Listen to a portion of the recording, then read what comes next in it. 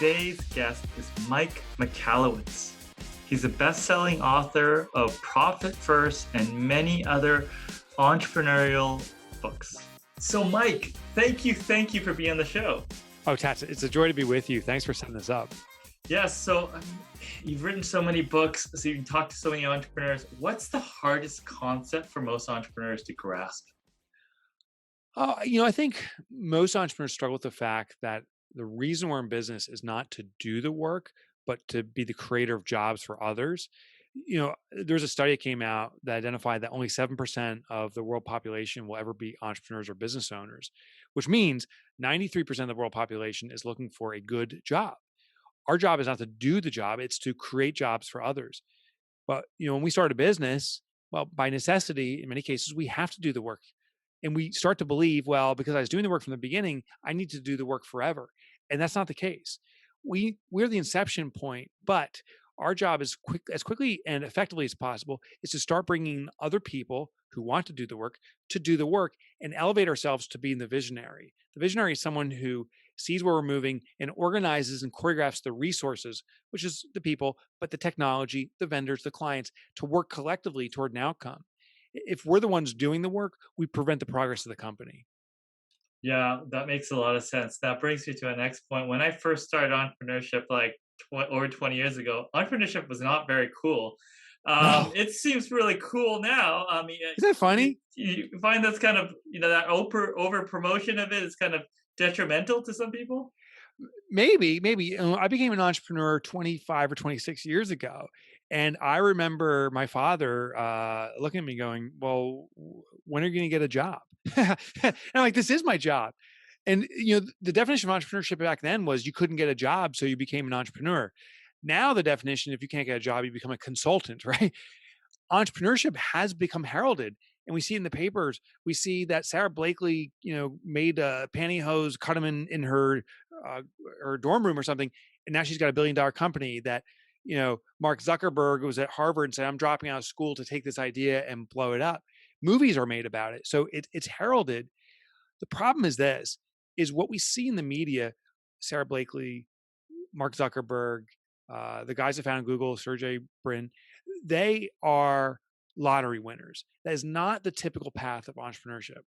The typical path is far different. There's not lots of notoriety. Most businesses aren't extraordinary financial successes, but they can provide an extraordinary lifestyle. Shocking number of entrepreneurs struggle and give up. And I think that's the real journey.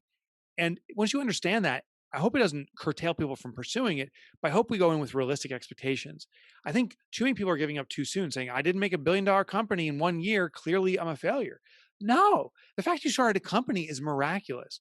And I'm hoping as an author just to provide folks with the tools and the methods to make the common entrepreneurial journey much more successful, much more of what they dream of. Yeah, for sure. Now, how do you know that you're part of that 7%? Like, what are the signs that you might be an entrepreneur, and what are the signs you might be happier having a job? Yeah. So I think there's a few indicators. If you are convinced you have a better way, but beyond just saying it, you start toiling with it, that's a sign of an entrepreneur. Everyone has a better idea. So that's not an indicator like, oh, I thought of that. We could do that. But the idea is, 0.001% of a business. The remaining 99.999% is the sweat. So if you start to take action and you are relentless in that pursuit, you're likely an entrepreneur. If you're someone who's not derailed by problems and mistakes and failures, you're probably an entrepreneur. If you're someone that you have a problem, you're like, I suck, and you just lament in it, you're probably not. But if you're someone that you have a failure and you say, damn it, why did I have a failure? But at least I found a way not to proceed.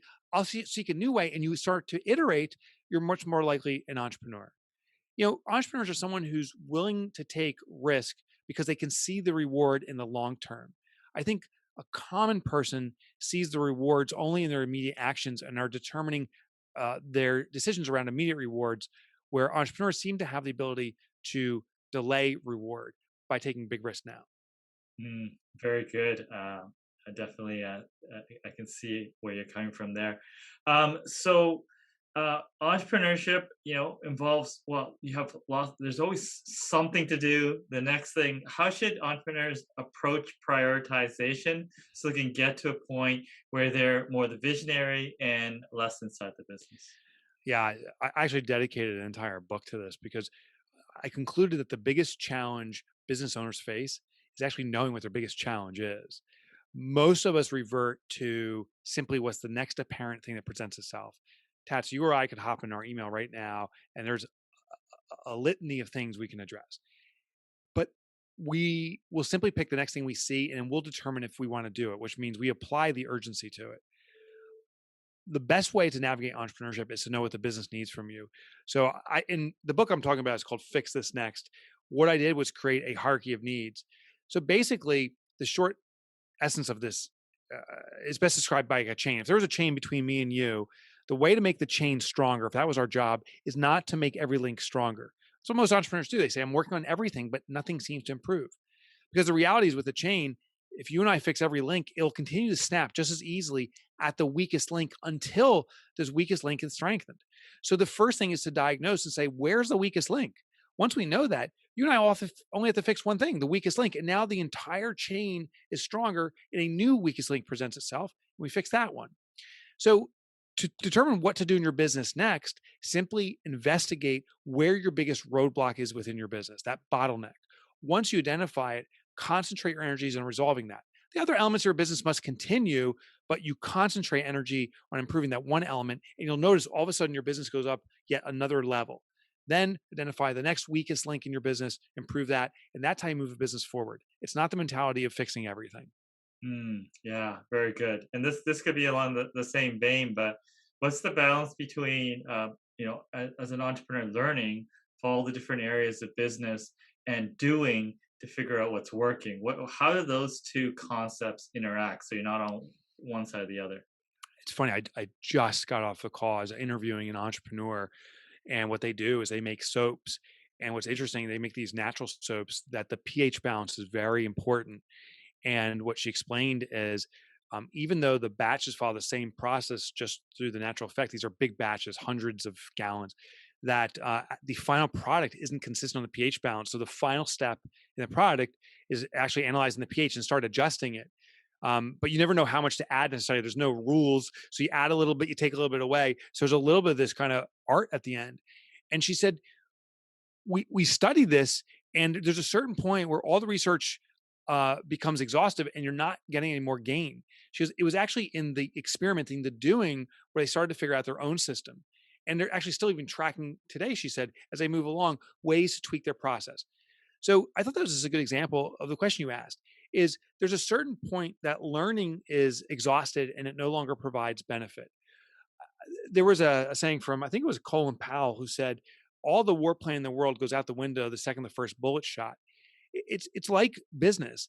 You can plan and study and learn as much as you want, but the second you open those doors, there's so many variables you can't anticipate, and they play with each other in such unique ways that the problems will present themselves uniquely. So I suggest spend enough time learning where you've confidence that you're going in with perception, that you will have enough knowledge that when problems present themselves, you know those are problems. That's the point of learning where I think it's now relevant, and anything beyond that may become exhausted. So simply get to the point where you can pick out problems, but then start doing, because that's when the problems present themselves and you don't have to apply yourself to find solutions. Wonderful. Now, one of the books that you have many different versions with other co-authors authors is Profit First. Oh, right. What's one of the common questions you get about that book? Yeah, it's funny. So I wrote Profit First, and I'm so blessed now. We have over 1 million books in circulation. It's been translated. I think we're at 25 languages, which for a nonfiction book is pretty uncommon. I'm just humbled and honored and excited all at the same time. And what I realized is Profit First, I wrote as a foundational platform for all business. But if you own a dental practice, or if you have a construction firm, or if you're a minority business owner, there's different applications. In fact, my favorite book is by Susan Mariga. She wrote Profit First for minority business enterprises. And immediately I got a call from someone that says, it doesn't matter who I am, minority or not, business is business. How come profit first would change at all? And it was a good question. I said, oh, well, here's how it changes. The experience that someone that may be an MBE, minority business enterprise owner, someone who's an MBE, their background experience, the environment they grew up in, the expectations they have in the community they're in is different than another business owner. And therefore, Profit First, as I wrote it, may not be relatable. This book you can relate to. And while practically the application is the same, the experience, the stories, the perspective is relatable, and therefore we are willing to try it. That's why so many of these derivative books came out. The foundational essence is the same, but the way it's communicated, the stories and examples, and there are even tweaks to the systems work for these individual practices. And my hope is that we call them these other books, the derivative books, Profit First for XYZ, that people will discover these derivative books specific to their business, and then they'll use the original Profit First book I wrote for the inspiration and the foundational understanding. That makes sense. Because the stories will, connect the individual to the motivation to push through and make the changes necessary. That's Part of right. it. That's right. I mean, if I'm a dentist, for example, and I say, I read Profit First, it's an interesting idea, but it's not going to work for me. I'm a dentist. You can justify that belief because the book doesn't talk about dentists. It's industry agnostic. But then you see, well, there's Profit First for dentists out there, and while the concepts are essentially the same, now you hear story after story of dentists employing it. You hear how buying like an X-ray machine, how the Profit First system supports that purchase, and now it clicks in people's heads. So that's why I think it's so powerful because they hear and see their own stories in those books. Hmm. I can see that applications in many businesses, some foundational stuff, and then sort of narrowing it to stories that resonate with a core audience. So they can't use that. That's not me. Excuse. Right. I read E Myth early on in business. I think it's a foundational book every business owner should read. And when I was reading E Myth, uh, I too, I had a computer company was saying, I get it, but I don't know if this will really work for a computer company. But then I found eMyth for IT providers or wherever it was. And I was like, by God, it does work for me. And here's the proof. And it was enough to push me over the edge and actually implement some of the strategies. And sure enough, they were miraculous for my business. Yeah, I mean, I guess that's what it is, right? With a book or a resource, it's like, a lot of this stuff has been around, but it's, can you talk to your audience? You can just give them just that little bit to just push them over the edge. Maybe they heard it 10 times before, but is it that, that next thing that's just going to push them over the edge in the positive way? Yeah, that's what you need. So what I do in all my books actually is I invite readers to email me, and they do. And I'm at the point of, admittedly, I can't handle all myself. I've hired someone simply to manage reader emails and give me a download, a summary at the end of each day of who have we heard from, so I can still respond. And that often push people over the edge. They say, "Read your book, love the concepts, love the ideas," and all those things say to me, "Okay, intellectually you're stimulated, but have we gotten you taking action?" So I respond in a video saying, you can do this, and let's start small. Let's start slow and let the system grow with you." And I found that that has helped the uptake of all my books. Wow, I loved. I was checking out your recent updates to your website, and I noticed you had at the bottom, like, "Are you a fan of Mike?" And then Or you hate Mike. had, "You don't like this guy" or something. And then Yeah, of course, out of curiosity, I clicked on them, and then I think one of them went to an anger management page. yeah. Thanks for doing that, brother. Yeah, so I think we all have a responsibility to express our genuine selves as we are. So that website, the way I write my books, it's the real me. And it's not for everyone. Some people like this guy makes too much light of entrepreneurship. He doesn't take it seriously enough. I am deadly serious about entrepreneurship, but I'm also believe that we need to be jovial and have fun. And that's just my style. And so on my website, I have these Easter eggs where you navigate the website and you'll come across things unexpected that are radically different than any other site you've seen in the authorship space, perhaps anywhere. So I have somewhere on that site, you'll see my name, which is very hard to pronounce my last name for most people. And there's a ways to pronounce it on the website, but it just totally makes fun of my own name. And then there's at the very bottom of the site, when you're navigating, how many people look at the copyright and stuff like that. So down there, when you navigate, it says, "Hey, are you a super fan? Click here, become a stalker, and are you, can you not stand this guy?" And it goes to anger management. The funny thing is we track the click-through rates and stuff. That anger management, we are sending literally hundreds of clicks a day to the anger management site for years. I've never got a call thanking them. Like, we're the number one referral source, and I never got to, "Hey, what are you doing for us? This is amazing." Nothing. That's great. I love it. It definitely sets you apart. That you mentioned Easter eggs, so I'm thinking that you're paying attention to this. What are other businesses that you've seen use this kind of method to engage? Yeah, the truth is very few, and I'm shocked because what's the goal of the website? The goal of the website is to serve the customer, but also it acts as a brochure. The more we can get the customer to engage in the website, the better. And listen, the ultimate is if we can get a customer so excited about the website, they tell other people, "You gotta check this out." And you see it on YouTube and stuff, or these little memes where someone's like, "You got to see this video," and a video explodes because it's entertaining or funny or emotional in some capacity. Well, the same opportunity exists for our websites.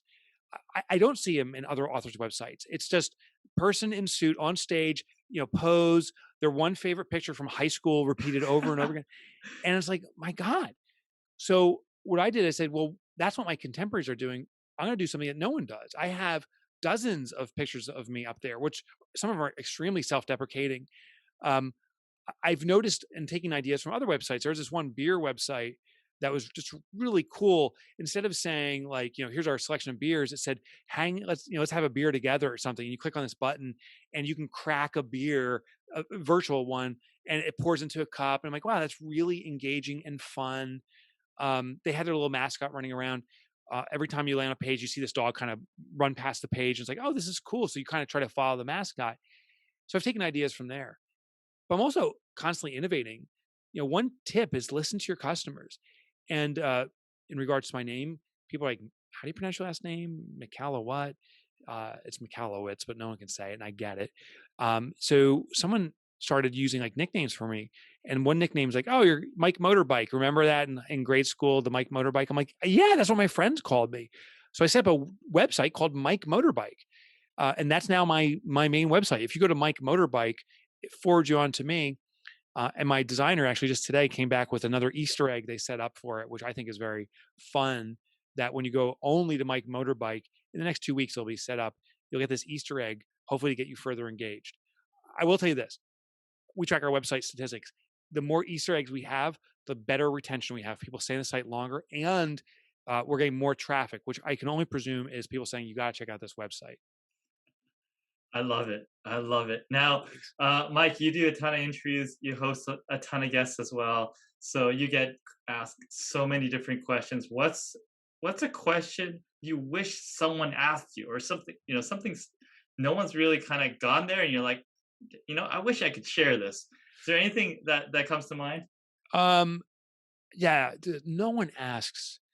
It's Or unbelievable. rarely asks, Yeah, maybe? right, because it's unbelievable some of the questions I get. It's like, "Hey, a beard, what's up with the beard?" And stuff. It's like, "Oh, let's talk about beards today," which is, by the way, just COVID did this, and my wife said, "Don't shave. I like a beard." And I'm like, "You like, it stays. If the wife likes, it stays." Um, I guess, I guess what I think the future beholds or holds, and I believe we're in, particularly in the authorship space, because that's the space I know best. I believe augmented reality, virtual reality is going to be a forerunner in so many spaces that we can't imagine. Um, I I try to visualize where books are going, and I believe we're moving toward engaging books, like where I, the reader, am in such an immersion with the book that I'm actually in the book. That I, the reader, can perhaps talk to the author and ask questions, and now I'm in a one-on-one room. My One of my sons has the Oculus video game one, and I think it's the original. It's not even the most current. I put it on and I was like, holy cow, I feel like I am sitting on a beach right now for real. Like this, you can tell it's a digital world, but it was shockingly real. And my head's like, oh my gosh, if I can get my readers, the community I'm trying to serve, that engaged, I think there's applications like, in therapy.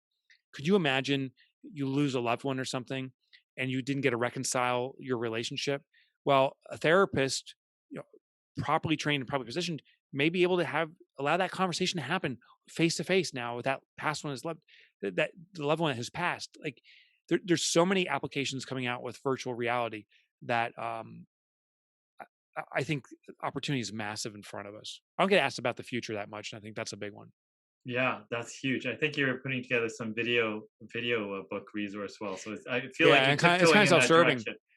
Yeah, I'm leaning that way. If literally we were filming yesterday, but it's master class on steroids. It's not there yet where it's full immersion.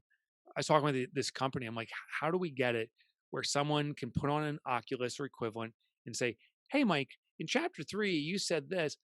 I think it doesn't apply to my business. I wonder how I could make it apply." And then they get a virtual response, using deep fake technology where it's just like this. I think that's coming. I want to be on the forefront of that.